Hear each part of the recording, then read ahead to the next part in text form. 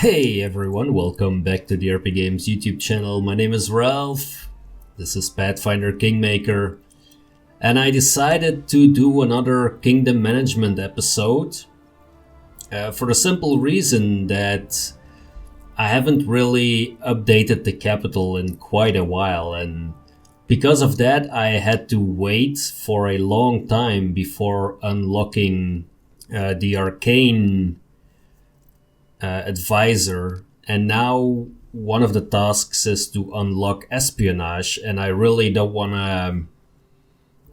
this to take another super long time, so I really want to build up the capital. There we go. And probably update one of the other towns as well, or one of the other villages to a town. So, we spoke to Linzi about bungling Econdio's companion quest. Other than that, everybody is pretty much busy. What is this? Bread and circuses. Someone started a ridiculous rumor claiming that renowned gladiators from Timon will take part in a tournament at an upcoming local festival. If the curator cannot get them to come, the people's wrath will be fearsome indeed. But the storyteller is busy for how long? Troubled minds. For 14 days. Okay, yeah, so that's not gonna work out. But we are here to work on the capital. Let's enter. Okay, so this is the situation of the capital at the moment. As you can tell, we have a nice amount of bonuses. I believe currently we have plus 46 in stats. So if you count up all the bonuses that we get to culture, military stability, and so on, if I didn't calculate that wrong, it's plus 46. And what I want to be doing now is fill in all the empty regions in this area. But unfortunately, we're going to have to completely rebuild the capital in order to do that. So what I've noticed, and maybe you know how to do this, and if so, tell me in the comments. But what I've noticed, for example, there is buildings who need 2 slots. Now this fits in here perfectly, but it won't fit in here, and I don't know how to, like, turning the mouse wheel or something, or clicking, dragging. I've tried a bunch of things to get them to shift, you know, like it was. Wait, if I take it again and go here, no, you see it moves. So you can only place them in this direction and you cannot rotate them, which is really annoying in order to try and optimize the placement of all the buildings. We pretty much need to destroy every single building. I don't think there is one building that remains in the same location, at least in the main square here. So we are going to sell everything momentarily. So it's gonna take us back a little bit, of course.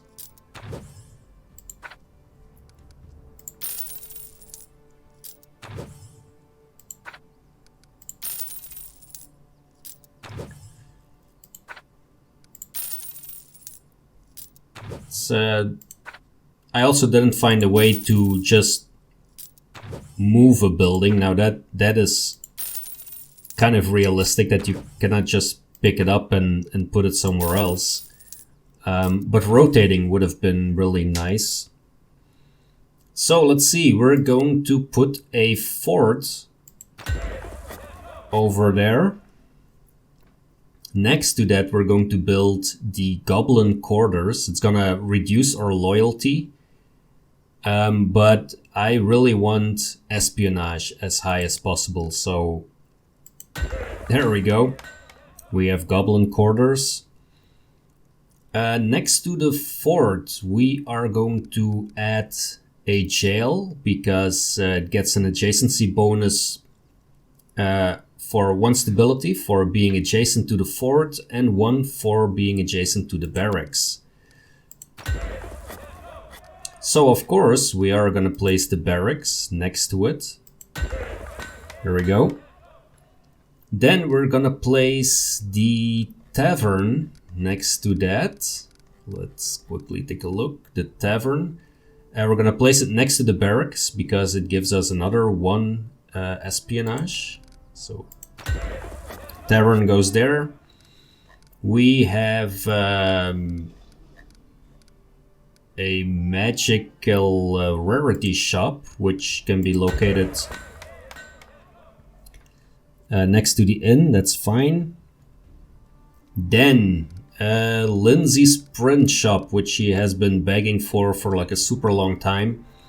Now what is quite cool is that if we are a true neutral region, which we are, we're gonna get a +4 to economy and a +4 to culture. That's quite big. So we're gonna put the print house there. We have Nettis's library, which gives us arcane and divine. And I think there is another bonus. Oh, that looks pretty cool. Let me see. Alchemist. Like a regular library gives +1 culture when it's next to a printing house. Yeah, so, and this counts as a library, so that should also give us the extra culture. Let's see. We can place an alchemist. Where did the alchemist go? Oh, it's a herbalist house. Yes, we can place that here next to the library. We need our longhouse, of course, which will become the town hall at some point. We are gonna place a shrine next to that, right there. And then I want some nobility to move in, so I'm gonna put a mansion right there. And we still have 1 spot left, which I'm wondering what we're gonna place there.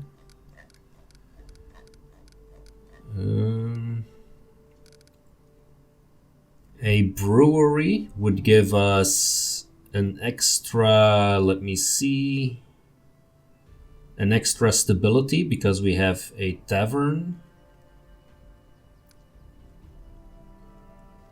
And a cistern gives us, wait, this is 1 relations. Cistern gives us, yeah, that might be an idea.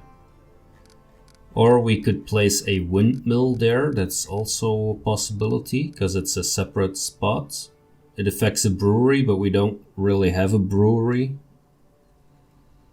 So let's just see what this cistern does. We have like a well, pretty much, source of fresh water. Maybe it's a bit silly because, you know, like very useful in case of fire, but I mean there is like a whole lake next to the capital, so yeah. Let's place the cistern, should be fine. There we go. The only problem now is that we are going to have to wait for a whole bunch of days to have these buildings finished. So currently the capital is not bringing us a lot of stats, but that should change really quickly. But I think it will give us an increase to about +70 stats instead of the 46 that I talked about earlier. So maybe I should hold off on doing. Yeah, oh yeah, I kind of have to hold off because now this is a town, no longer a village. And in order to increase the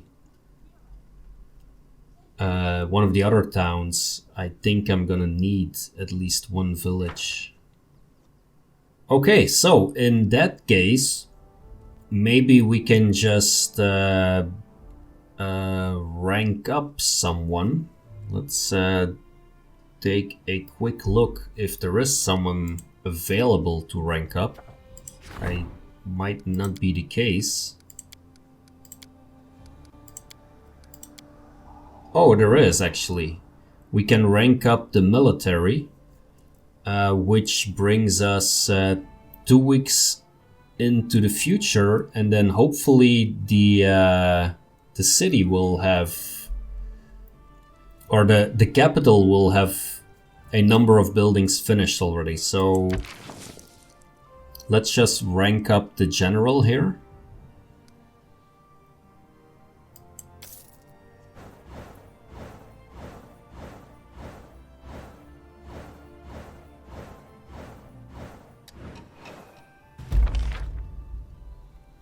Okay, so the military has reached rank 6 now.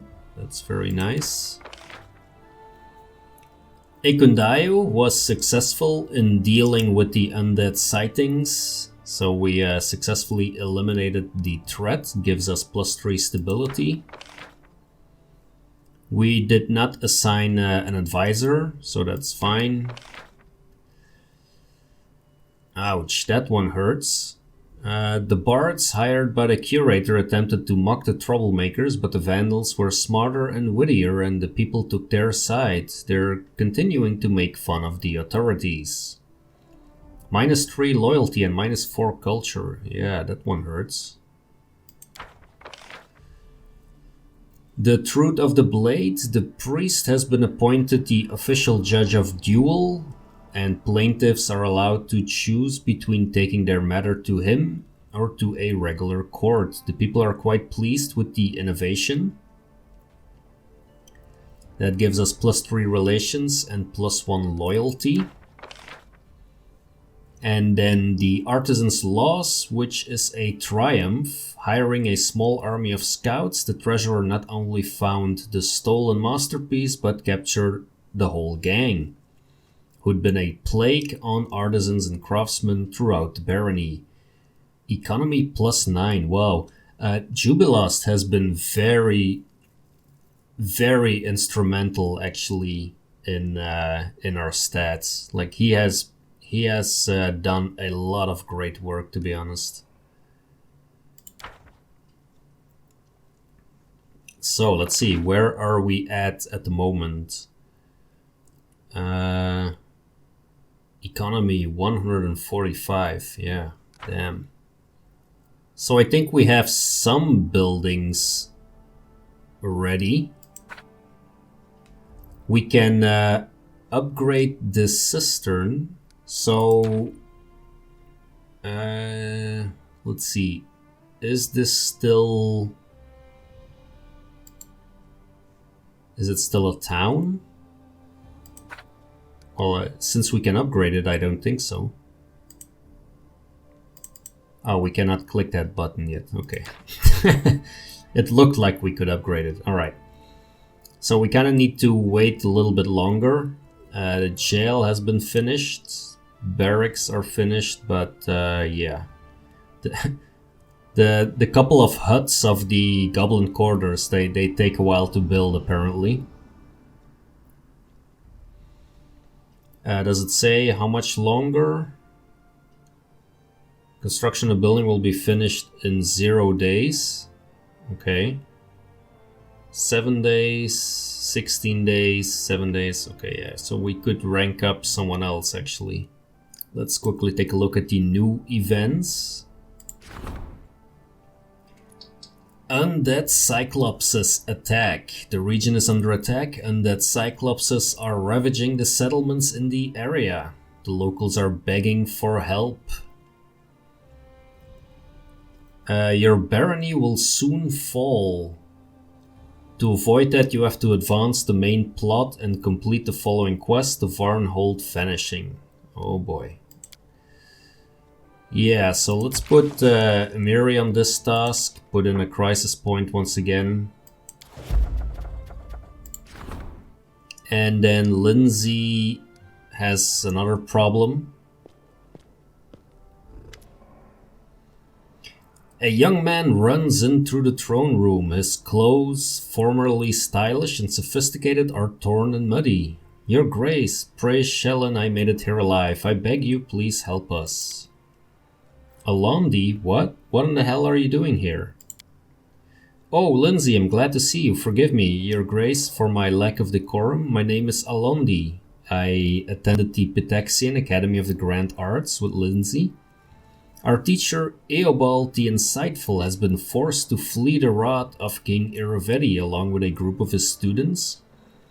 We almost made it to the capital, but we were caught. Only I managed to escape to find help. Linzi opens her mouth, about to say something harsh, but she realizes the gravity of Alondi's words and interrupts herself. What do you mean? Professor Eobald is in trouble? Grand Blackforge, we have to help. Who is Eobald the Insightful? He's a prominent researcher, a gatherer of myths and legends, author of many essays on history and literary theory. Any cultured ruler would be glad to welcome such a beacon of learning. Professor Eobald was one of the wisest people in the whole academy, maybe in all the River Kingdoms. I knew the king would kick him out sooner or later. Like I told you, Irovetti isn't interested in sages and scientists. He just wants bootlickers and toadies. Why did you run from Irovetti? King Irovetti is a jealous ruler. He doesn't intend to hand the title of the region's cultural capital over to anyone. He may have thrown our teacher out of the academy, but he would rather see Eobald dead than working for any of Pitax's neighbors. If the refugees return to Pitax, they won't be spared the chopping block. Something wrong, Linzi? No, yes, not important right now. We need to save Professor Eobald as soon as possible. Why come to my lands? One of the Academy's most talented students already found shelter here after fleeing the tyrant's wrath. Your books are quite popular in Pitax. They are a living reminder that culture yet blooms beyond Irovetti's reach. We had hoped, Your Grace, that you would take us under your protection as well. Why didn't you send word in advance? Irovetti has spies everywhere. If our teacher had tried to contact you, we wouldn't have made it out of Pitax at all. So where will we find Eobald and his students? Irovetti's thugs caught up with us near a giant tree, a sycamore, I think. If you go immediately, you should have time to intercept them. Fine, we'll help your teacher. Thank you, Your Grace. You won't regret it. I'll hurry back to the tree. Can't believe Irovetti actually kicked out Professor Eobald. Well, it's his loss. We'll save him. Just don't go without me. I miss my old teacher terribly. Oh boy.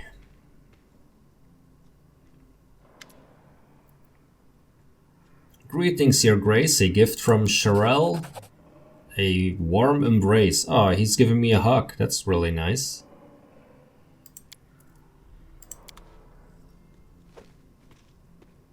Anyone else with gifts? Farask? Frailty. Well, he has cool names for his weapons. Okay. So, basically, we need to take care of the main quest, and then this teacher as well. And here I was thinking I would make a kingdom management episode. It's what you get from ruling a kingdom. Nothing but trouble. Alright, let's head out to the old sycamore.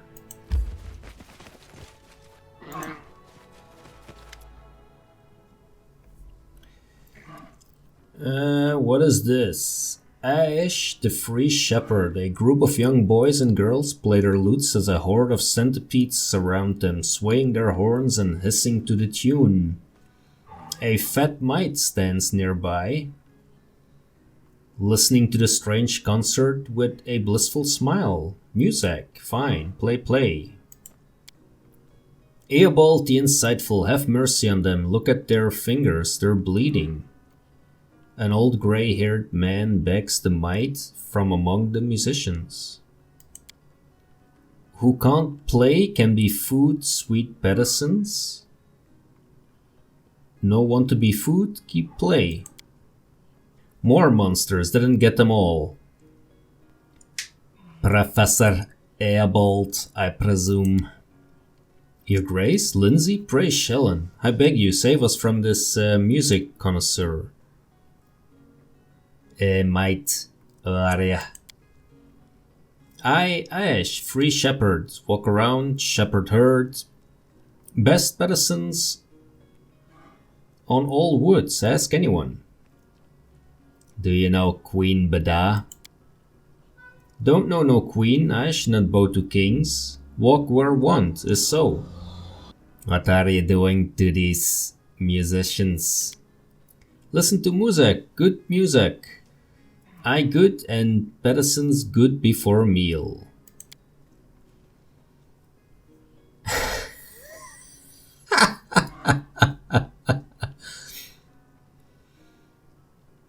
I don't understand why you like talking to all these forest creeps so much. Let's just finish this stinking wretch and her insects and get out of here. Whose bodies are these? Why no, some bandits. First chase musicians with knives, then go at medicines. Sure, we not refuse free food, right sweeties, right? Get out of here before I cut your centipedes to pieces.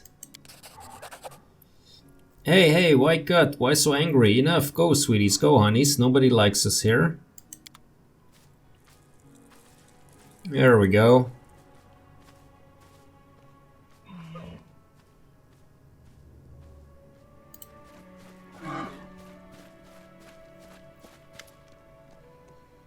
Look who's here, Linzi, and is this his grace? Praise all the good gods, you made it just in time, a bit longer and we'd have been done for.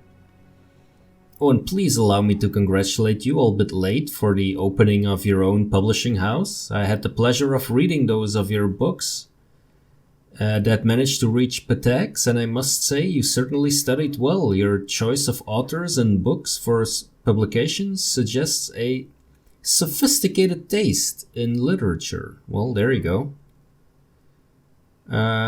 Yeah. Teacher, I'm so glad to see you. I can't believe that talentless hack Eravetti kicked you out of the academy. I wish everyone could see what a philanthropist and patron of the arts he really is. His tricks could make up a whole book. You know, Linzi, that's not a bad idea. I know many details of just how much harm the king brought upon his own academy. If you find yourself with time between adventures, I would be happy to sit down and write such a book with you. All the more so now that you have your own printing house to print it. Seriously? You want to write a book with me? Of course I'll find the time. Let's set off for the capital as soon as possible. Can't wait to get started. Hail, Baron. Now we all... Is something wrong? You don't even remember, do you? Of course you don't, but I'll never forget. You and your friends poisoned the years I spent at the academy. Hiding my things, staring my books, spilling ink on me, dunking me in the fountain. And now you have the nerve to come here? Maybe you want a job at the publishing house too? Professor Eobald, is this true? Of course I would never dare accuse or dare Linzi of lying, but I know nothing of these accusations. Alondi has always put his best foot forward with me. He's a wonderful poet and musician and has always been polite. If not for him risking his life to get us to the capital, we'd all be dead. Alondi, did you really treat a peer this way? For shame, I thought better of you. What do you have to say for yourself, Alondi? What is there to say? We were students. Sometimes we make jokes, pull pranks. Sometimes they were rude and stupid. I'm sorry, Linzi. I'm ashamed of my behavior. Should never have done these things to you. You can shove your apologies all the way. All the way where, Linzi? Tell us. Where can we shove the apology? Please tell us. Aw. Please, Linzi, we are at your mercy. Will you truly stoop to revenge? Is this what you took from my lessons? What do you want to do with him, Linzi? I don't know. I'm sorry, teacher, but I can't bear to look at him. Let him go wherever he wants. Restov, Mivon, Absalon, for all I care. I'll even give him money for travel, so I don't have to see his face. Linzi, I understand that you're hurt. And I'm at fault too. If the other teachers and I had paid as much attention to the students' behavior as we did to their grades. I cannot change the past. Please find it in your heart to forgive Alundi. He's an exceptional poet. Allow him to atone for his behavior. Bring a little kindness and light to your barony. Excuse me, it's my barony?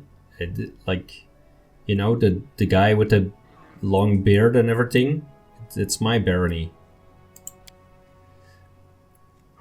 I don't know, what should I do? Maybe I should forgive him, let him write those brilliant verses of his, the scumbag. It's your decision, Linzi. Get lost! I don't care about your poetry. I can't forget how you tore up mine. As you say, but I'm truly sorry. Well, Your Grace, Linzi, you are well within your rights. Let's get back to the capital. I can't wait to start working on that book.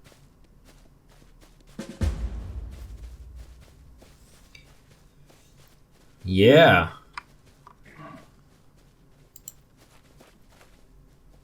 Died of unknown causes. Yep.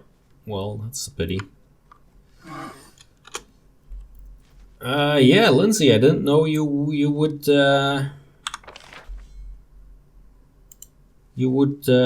what's it called, be such a vengeful person? I think that's correct English, but what do I know? The Elks must have been quite pleased as well, like seeing the Smildons and the wolf walking nearby and thinking, uh-oh, I'm toast. Let's take a quick look at the journal, because I'm not 100% sure what we need to do with the Varnhold vanishing. Discover what happened to the Varnhold's inhabitants, yes. That much is clear. Let's see. If not, then who or what drove the Spriggans from their home? Well, I think we found that out already. That's the tribe, the barbarian tribe. So, Vordakai. I'm guessing we're gonna head back and we're gonna take a look at the Shallow Gulch. See if that tells us something new.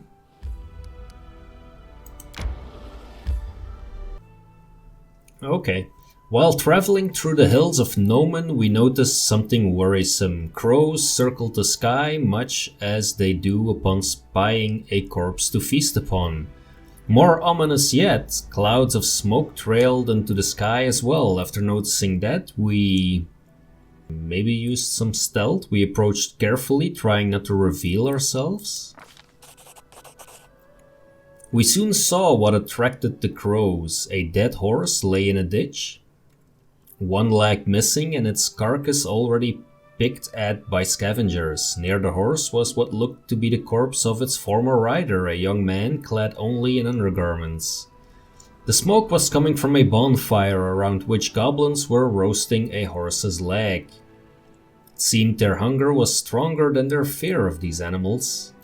Other goblins were busy rummaging through the clothes of the deceased man and taking whatever choice bits they could find. One goblin was strutting around wearing a beret with a feather, another a velvet jacket, and 2 other goblins, each wearing a single boot, were in the middle of a tug-of-war between with the dead man's trousers. When we saw this, yeah, let's beat them up. After noticing us, the little bastards started to flee, leaving behind everything they'd been trying to take from the body of the deceased, including a hefty coin pouch. A coin pouch. Alas, in this backwater, coin proved of little use. Alas, the body laid before us belonged to none other than Tomen Hanvaki, a noble from Gralton, the one whose brother begged us to look for him. A letter in his jacket pocket, yellowed with age, confirmed his identity. It was signed Matien Hanvaki, a relative. All we could do was take the tragic news to his brother.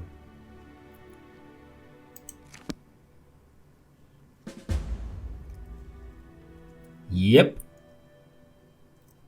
So we need to figure out where this Tomen is. Let's travel around a little bit more, see if we can figure out something. What is this? Crooked teeth. Okay. Let's take a look.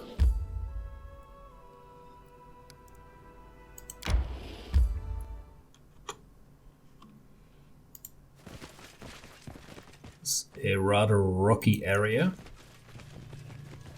Uh-oh, I hear a gate. Yep, there is a gate again.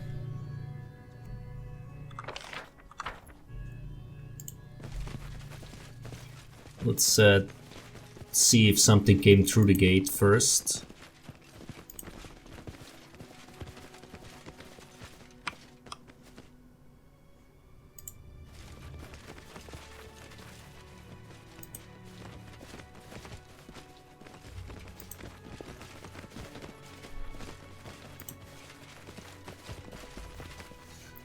Doesn't look like it so far.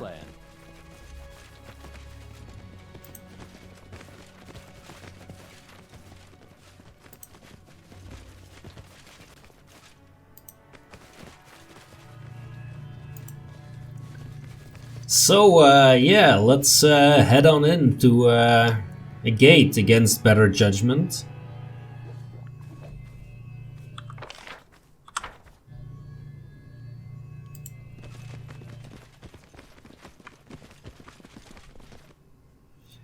We're in the first world again. Let's see if we can find some more mushrooms over here.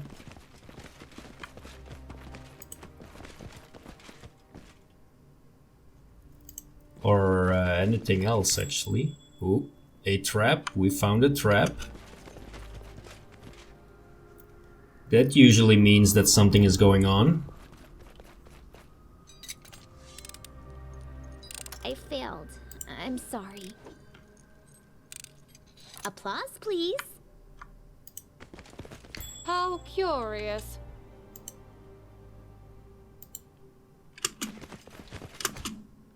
Don't step on the trap, please. Alright. It's gonna go off anyway at some point. Not my lucky day. See? You kind of know that that's gonna happen. What a surprise. Might as well just run through them, actually.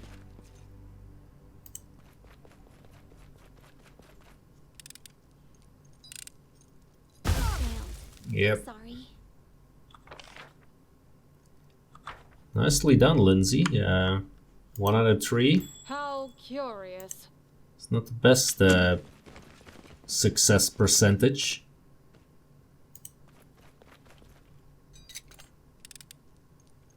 Anything else?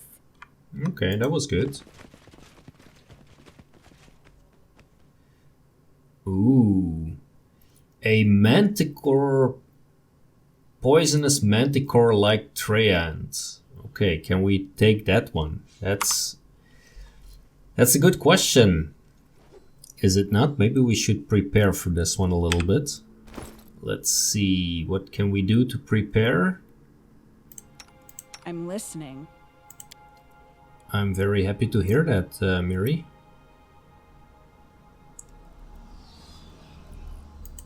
Rage.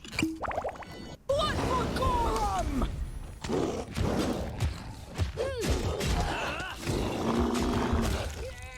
Oh, it's already dead? Okay.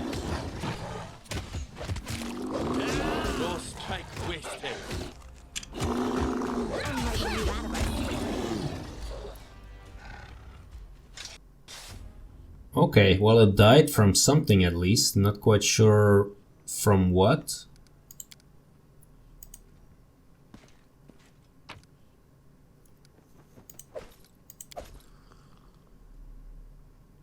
But yeah, that was good. It has a cloak. Okay. Does it have something else lying around that could be potentially interesting? Not really, huh?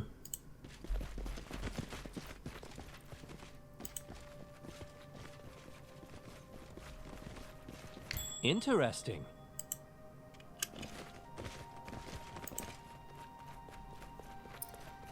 Come on, Linzi, you can do it this time. I failed. I'm sorry. Applause, please. There you go, I told you could do it. That is not far. Oh, we can move in further even. Where are we now?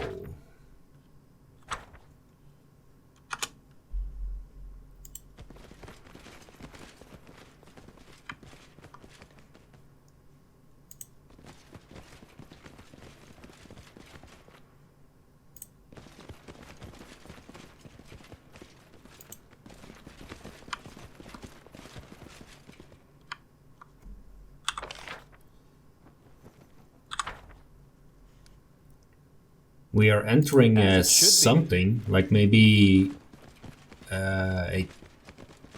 maybe a cavern of some beast. Ouch. Ouch.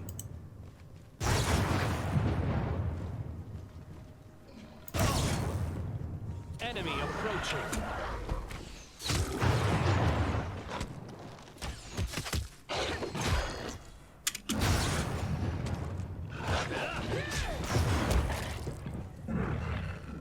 Okay, we took that one down. Cannot be looted.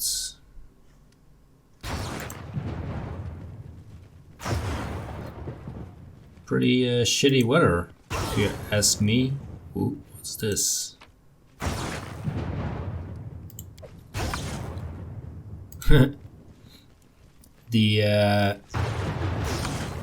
The lightning is really striking us.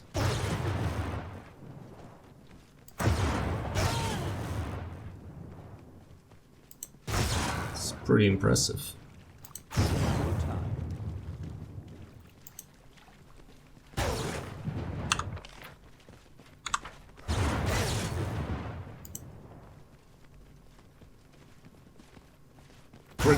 We're getting more damage from the lightning than from like any creature that we encounter.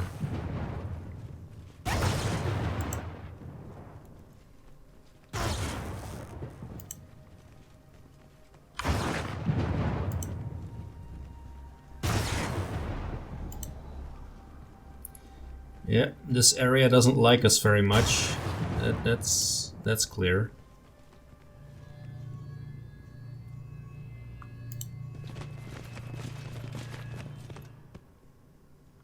All according to plan.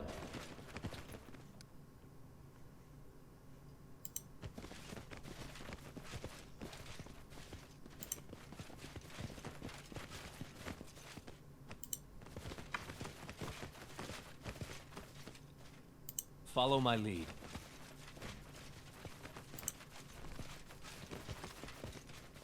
Not quite sure what we are, or where that we are.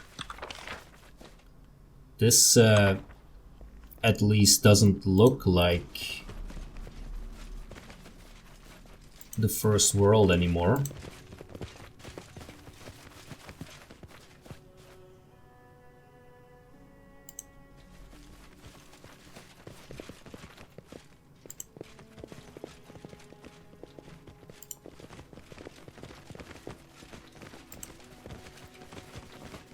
Let's see if we can run down here somewhere. In due time.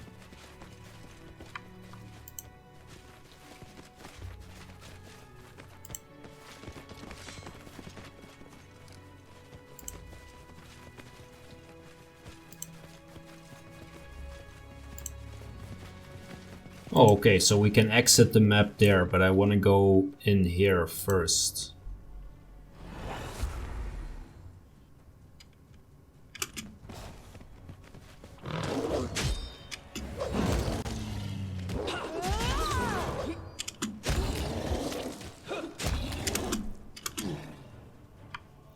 There we go.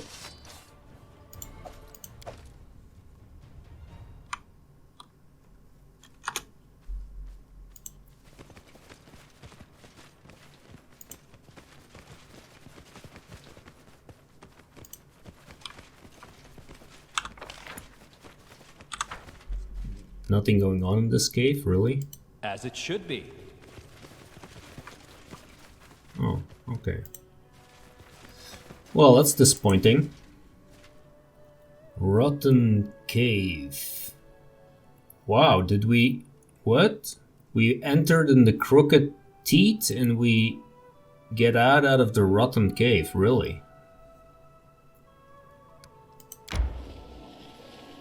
I see. Let's explore a bit more in that case. Let's see, Ghost Town, Linorm's Grave. I'm guessing the Barbarian Camp might be... I'm thinking the Barbarian Camp could be a good place to figure out what the Barbarians are looking for, but let's check out this tomb. Well, maybe this is what the Barbarians are looking for. A massive stone blocks the entrance. It has no knobs, buttons, or other signs as to how to unlock it. However, a thick patch of moss has been scraped off the door's hinges, hinting that it's been opened recently. Let's use Detect Magic. The door radiates a faint transmutation aura. You can't find any physical mechanisms. It seems the door must be opened through some magical means. Okay. So I guess we are leaving then? Oh wow, this is kind of big.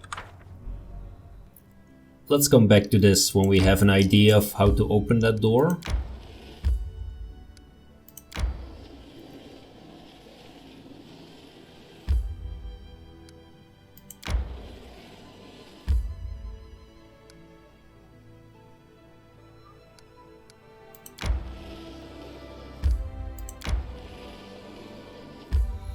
Let's check out the Precipice Trail while we're in the neighborhood.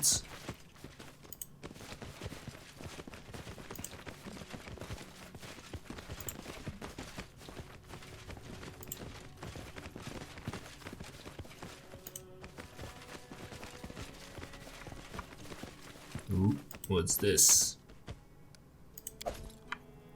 Little bit of money.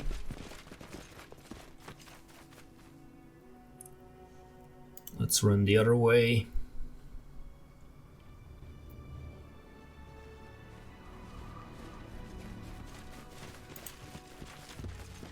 Guessing some kind of monster at the top. Oh, a cave again. Follow Alright. my lead.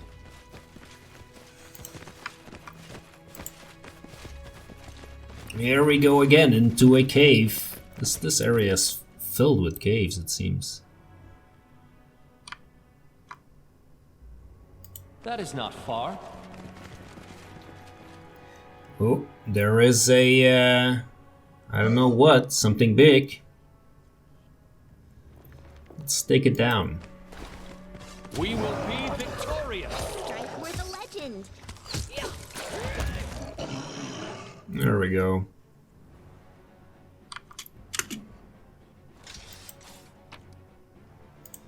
Is that some kind of giant? Guessing it's a belt of giant strength. What do we have here? A sai. It's also not really something that we can use.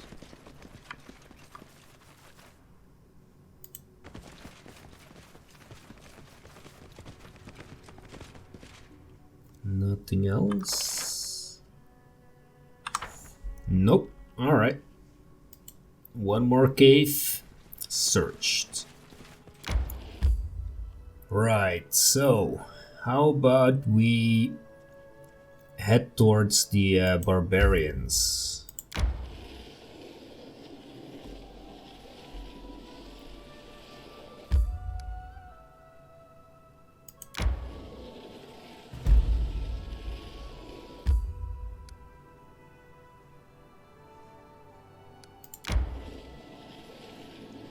With a It little, would be nice, don't you think? with a little detour. We should gather our strength.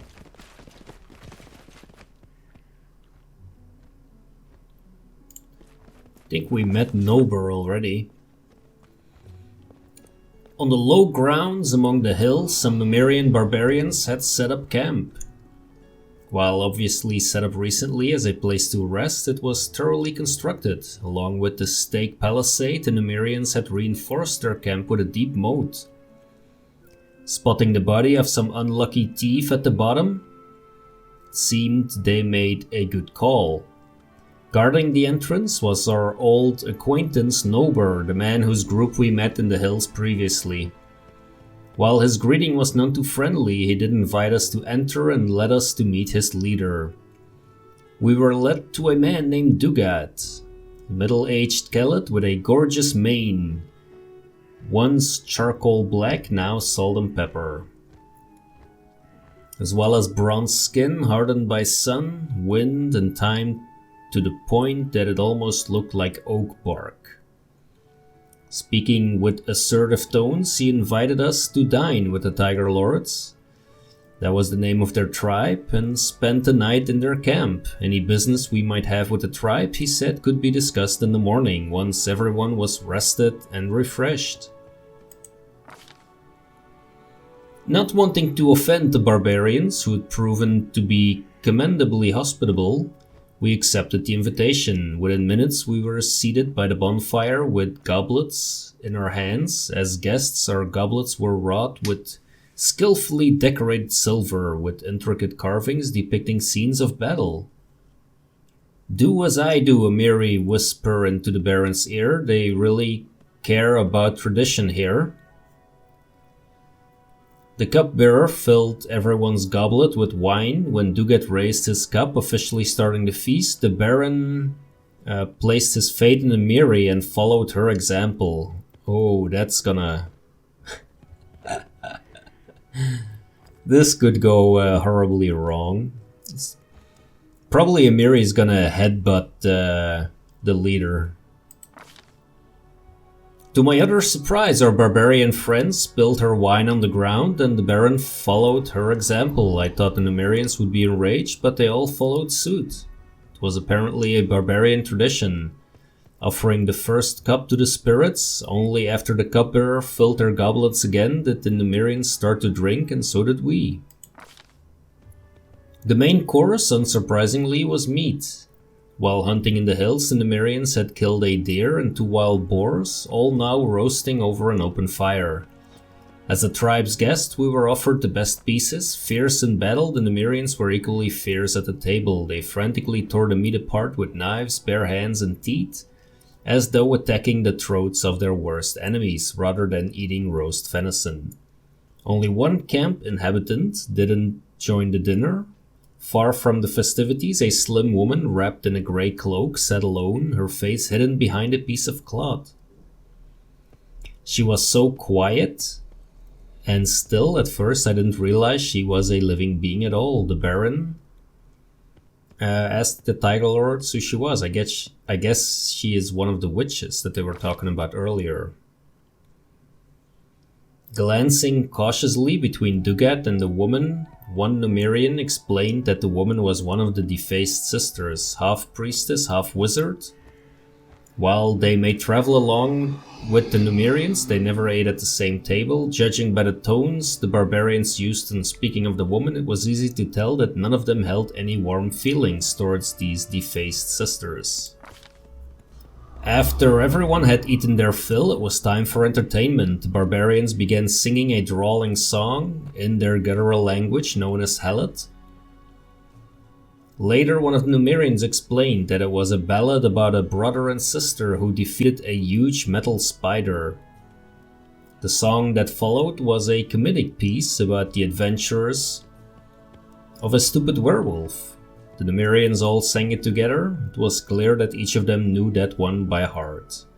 Almost everybody clapped to the rhythm, though some thumped their knife handles on their shields, and our half-orc acquaintance Bolga accompanied the song on a vargan. Once the song was over, Dugat appealed to his guests. To surprise our host, the Baron decided our best choice would be the tale of how we defeated the Stag Lord. I guess. Our tale of battle and heroic deeds was just what the barbarians were looking for. They listened eagerly, chimed in on each detail, and laughed and clapped at the most epic moments. Even Dugat found himself smiling and nodding as he listened to our story. Finally, the drinking and singing came to an end. Only bones remained from the feast, and the bonfire had burned down to ash. Satisfied, the Numerians retired to their tents. I beg you, I haven't seen my sisters for several days. I'm afraid they may be in trouble. As you approach the barbarian leader, you can't help but overhear parts of his conversation with a woman you recognize from the feast before. Her face remains hidden and she sounds extremely worried.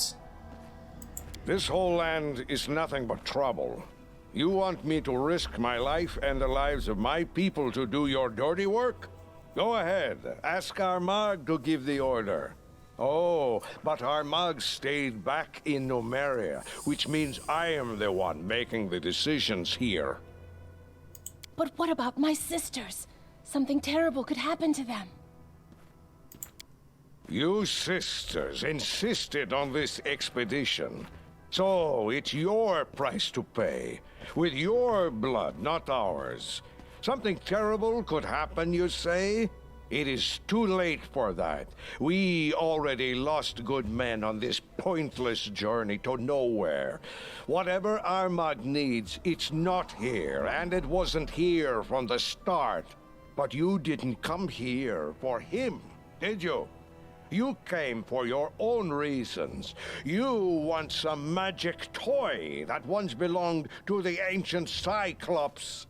Well, I'm not leading my men to their deaths for that. To Goth. This conversation is over. You want help? Why not ask our guests to help you? If you can afford their rates, that is. As for me, my single remaining goal is to get my people home alive, and well, and as soon as possible. I see.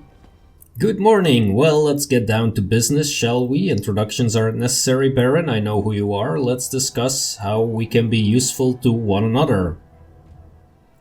Do you know anything about what happened in Varnhold? Varnold, huh?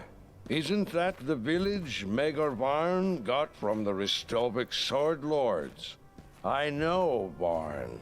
He's not the best fighter, but not the worst. As for what happened there, I wouldn't know. Do you know me? How? How do you think? We keep an eye on everything that happens in the region. It's smart to know our potential employers and our potential enemies. Who's the woman? Wish I knew who these witches are and where they came from. Our chieftain, the great Armagh, spirits bless him, trusts them as if they were holy oracles. He sent us with them to these dead hills, and none but the sisters and the chieftain himself know why. Who am I to confront the chieftain? So now we wander these lands, chasing the unknown. So what are you looking for here? I wish I knew. The sisters are looking for something, but they won't tell anyone what it is. I guess it's some antique that used to belong to the Cyclops. Some magic trinket or something. As for me, the only thing I'm looking for is a good reason to quit this nonsense and return to Numeria as soon as possible. Is this how you serve your liege?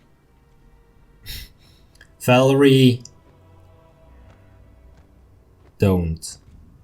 Don't confuse our chieftains with your kings, knight. It's the chieftain who swears an oath to the tribe, not the other way around. Liege. I was one of the tribe's elders when he was in his first teeth. How did it go? Did you find anything of interest? If we did, do you think we'd still be here now? The only thing to be found in these hills is one's own death. A group of my men entered a cave that turned out to be a spriggan den. They barely survived the encounter. Also, we found the ruins of some old tower, ancient as the world itself, and useless as this expedition. There is nothing to be found here, except, like I said, for one's own death. So how can we be useful to each other? I'm afraid we can't. At least not yet. I'd be happy to take a new job, but our chieftain's orders were strict. Search the location and come back with a report. But if you could help us here, say, by finding whatever these witch sisters are looking for, or maybe just making them disappear forever. Mark my word, Baron. The Tiger Lords never forget those who helped them. There's a whole army of you here. How did you manage to get so far? None of your business, actually. But just to reassure you, we weren't sneaking into your lands without permission, I'll answer. It was magic. The sisters opened some strange tunnel, and we used it to get here from Numeria. Gorham witnessed my words. I'm no coward, but I'd rather march for a month through all the river kingdoms than use that damned tunnel again. It was strange, wrong, just like those witches themselves. Ask away, why not? I don't promise I'll answer, though.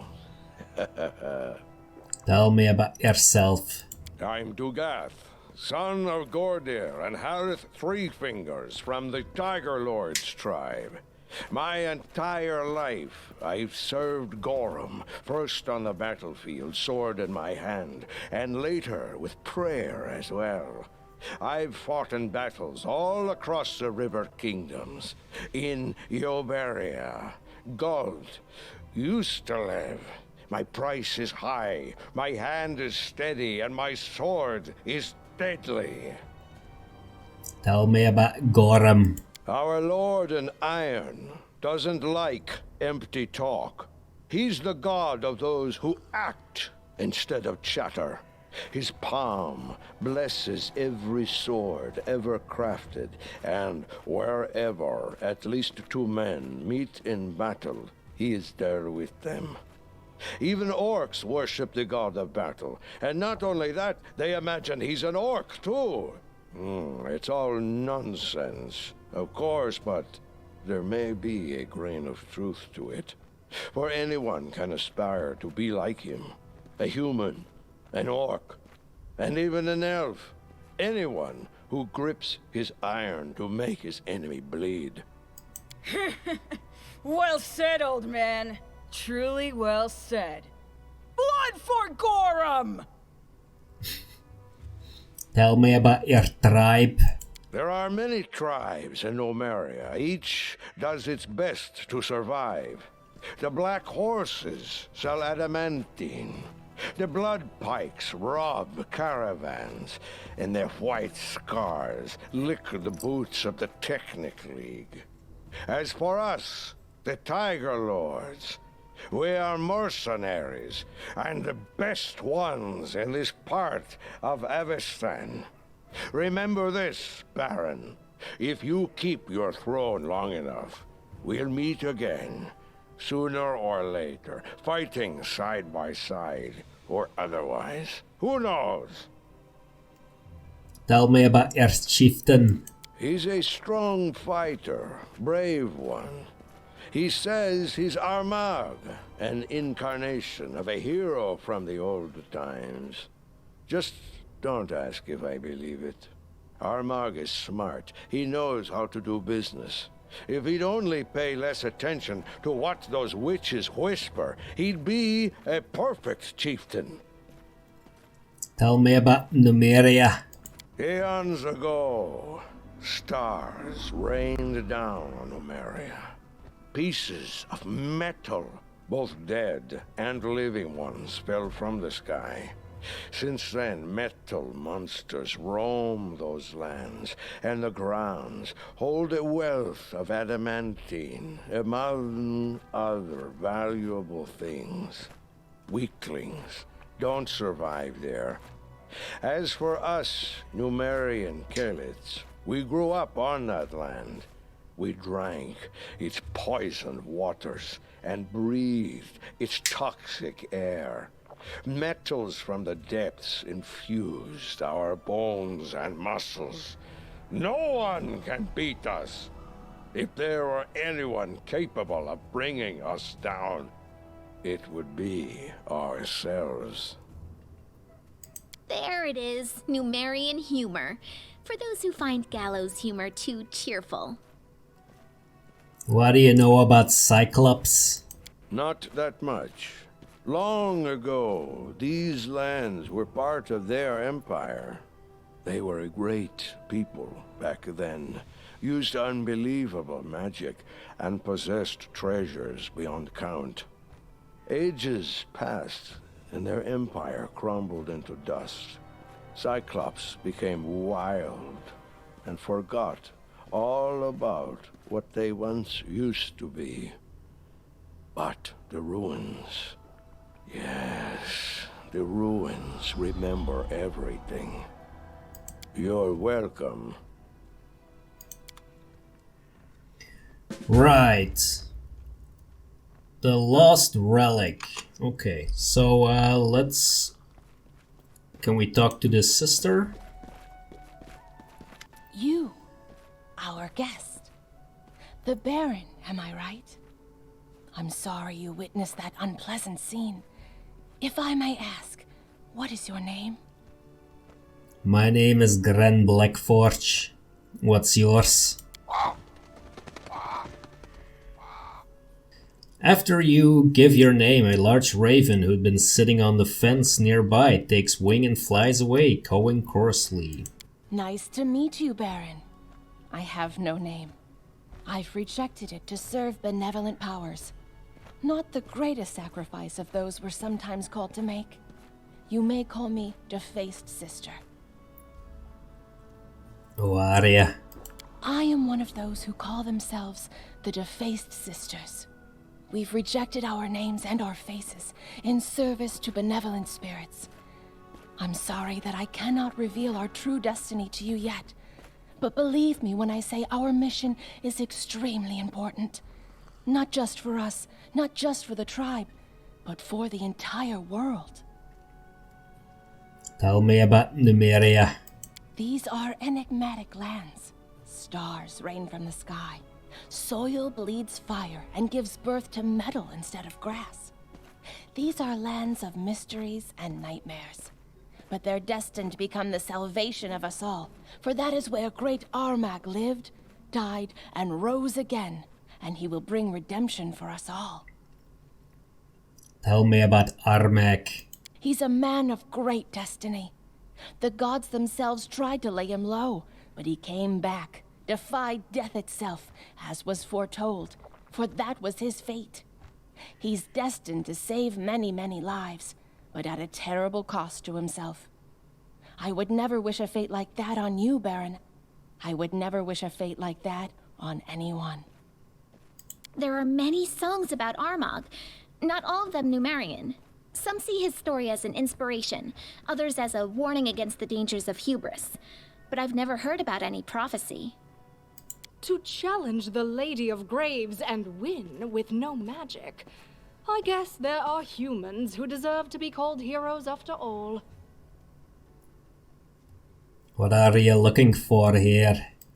It is not yet time to answer this question. We are searching for ancient ruins, the remains of structures built by the previous holders of these strange lands. That is all I can tell you, for now. I understand that you want to know more, but have no doubt, you will in time. You speak in riddles. Don't be wary of riddles. Those wise enough to solve them eventually learn much more than those who always seek straight answers. What were you and Dugat arguing about? My sisters. They each went out on their own quests and never returned. Not one of the three. I can understand Dugat. He doesn't trust us. But by refusing to help my sisters and me, he puts himself, his people, countless innocent souls in grave danger. If only I could soften his impertinent heart. How is this possible? Doesn't this army know any kind of order or discipline? How do they manage to even fight in such chaos? Do you have any idea where your sisters might be? Do you have a map? I can provide you some direction. One of my sisters went to the Sepulcher of Forgotten Heroes. Another went looking for the Forsaken Mound. And the third was going to visit the ruins of the City of the Hollow Eyes. I won't lie, these places are all very dangerous. But searching for lost truth always involves danger. You have an whole army here. How did you manage to get this far? Wise ones know many routes that are closed to the uninitiated. Will you be able to detect them? Will you dare to walk along them? Who knows? Do you know anything about what happened in Varnhold? Dark things tend to happen in that land.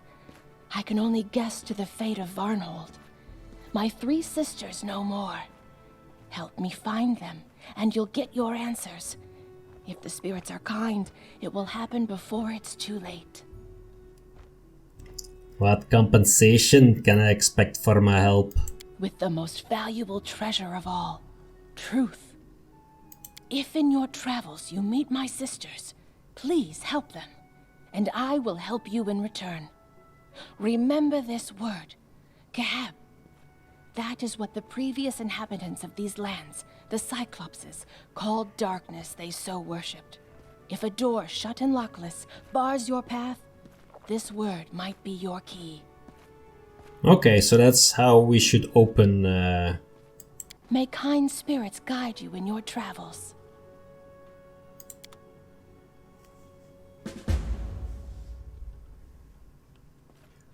Right.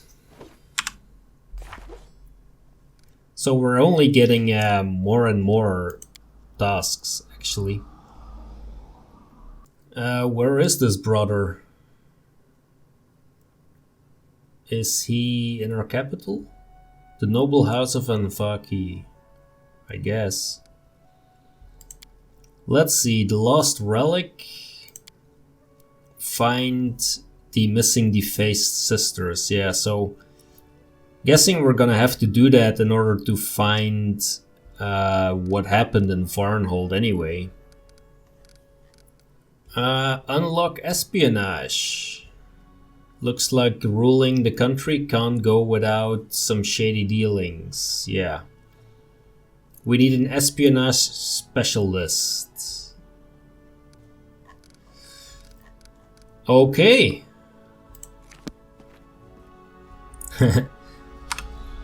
Can we loot the barbarian camp without being attacked? We're gonna find out right now. Oh, we can. It's quite easy even. There we go. There is some more outside of the gates. Let's quickly run over here and take a look. Oh yeah, the corpse of the thief. Another ancient strap of leather. There we go. Okay, so we have 3 locations. But we're not gonna take a look at them now. We are gonna take a break here. As always, I want to thank you. I want to thank you very much, or thank you very much. You can decide. But thanks a lot for watching. If you're enjoying the content, by all means, leave a comment, leave a like, interact with the video, and subscribe to the channel if you want to see more of my Pathfinder Kingmaker playthrough. I will see you in the next episode.